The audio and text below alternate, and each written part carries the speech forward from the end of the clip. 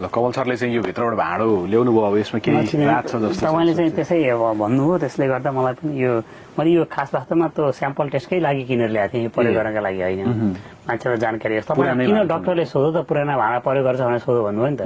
पुराना भाँडा भनेको 1970 यहाँ अब देख्न मिल्छ कि मिल्दैन तपाईँलाई मैले देखाएँ होइन मेड इन बोलिभिया लेखेर होइन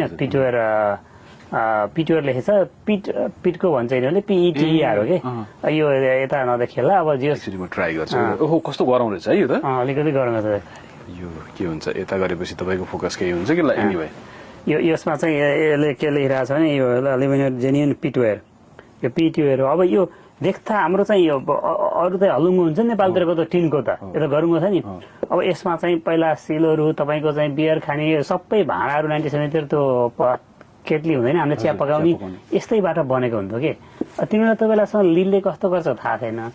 टिन प्रयोग गर्ने हो भने चाहिँ एकदमै हलुङ्गो हुने भयो यसमा लिड मिसाइदिएपछि यसको कलर देख्नुहोस् खरानी ठ्याक्कै टिन जस्तो सेतो छैन नि यो जुन चाहिँ कलर आएको छ यो चाहिँ लिड मिसिएछ भने कलरबाट पनि थाहा भयो त्यो थोरै डार्क हुन्छ त्यो चरेसको थाल पनि लिड मिसाएको थोरै डार्कनेसमा डार्क कलरतिर दिन्छ अब यिनीहरूले त्यो बेला किन मिसाउँथे त्यो पुराना भाँडाहरू जति सबै धेरैमा यस्ता मेटलका भाँडाहरूमा यो लिड किन मिसायो भन्दा तिनीहरूलाई पनि थाहा थिएन 80-90% त यसमा त टिनै हुन्छ अनि 1-2% चाहिँ लिड मिसायो त्यसले हार्ने थियो होइन देख्दा पनि यो चाहिँ अलिकति डार्क गरुङ्गो हुने भयो पकाउँदा बढी समयसम्म यसको ड्युरेबिलिटी भयो त्यसले गर्दा यी पुराना भाँडाहरू यस्ता भाँडाहरूमा नि लिड मिसाइन्थ्यो नजानेर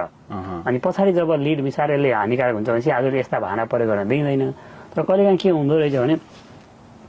मलाई पनि मैले यो न्युज थाहा नभएका मैले एक चाहिँ त्यो उसमा जाँदा कति राम्रो कप हो भनेर यो सेकेन्ड ह्यान्ड मार्केटहरू हुँदैन कतिपय ठाउँमा बेचिराखेको हुन्छ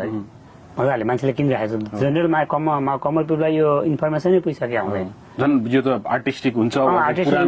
पुरानो हुन्छ अनि आजले जान्ने मान्छेले के गर्यो भने आफ्ना घरका सबै व्यक्तिले ल त्यतिकै दिए डोनेसन गरे यहाँ त तपाईँलाई थाहा छ डोनेसन गरेको फेरि कता अरूले बेच्छ यो गुडविल अथवा सेकेन्ड ह्यान्ड यो सर्ट मार्केटहरू लाउँछ नि यस्तोमा त यहीँ पनि ठुलो मार्केट लाउँछ यसले सबै लिएर आउँछ घरका तर कतिपय ती सामानहरू चाहिँ ब्यान हुन्छन् बाहिर बेच्नलाई त हामीलाई धेरै थाहा हुन्छ भनेपछि यस्ता पुराना भाँडाकुँडाहरूमा पनि लेड हुन सक्छ पुराना भाँडा त्यसो भयो नि कमल सर जस्तो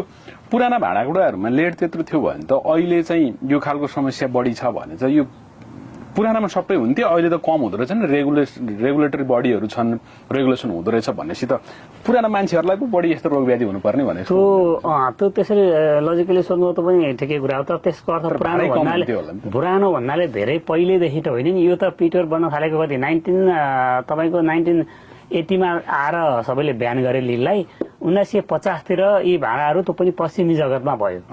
कुरो हुनु यो इङ्ग्ल्यान्डहरू जसले म्यानुफ्याक्चर गर्न थाले हाम्रोमा त कपर तामा यो चरेस त्यो पनि चरेस पनि त नमिसाएको त राम्रो छ नि तामाको हाम्रो हेर्नु भने सबै भाँडा तामाको हुन्थे र त्यो एउटा सिलौट आउँथ्यो एल्युमिनियमको होइन पछि स्टिल र यी आउन लागेको पछि यी त विकसित देशमा जब यिनीहरूले यस्तो जब चरम रूपमा विकास गर्न थाले विज्ञानको कता के हालेर हुन्छ नयाँ नयाँ कुरा गयो अनि त्यसको इमिडिएट चाहिँ जस्तै एकदमै हाइली पोटेन्ट केमिकल छैन भने त्यसको लङ टर्म इफेक्ट देख्नलाई चाहिँ 10-15 वर्ष लाग्छ क्या तपाईँलाई 10-15 वर्षसम्म यही चिज खारो भनेर चाहिँ जान्नु त गाह्रो छ नि साइन्सलाई त तपाईँले हजारवटा चिज खानुहुन्छ कुनलाई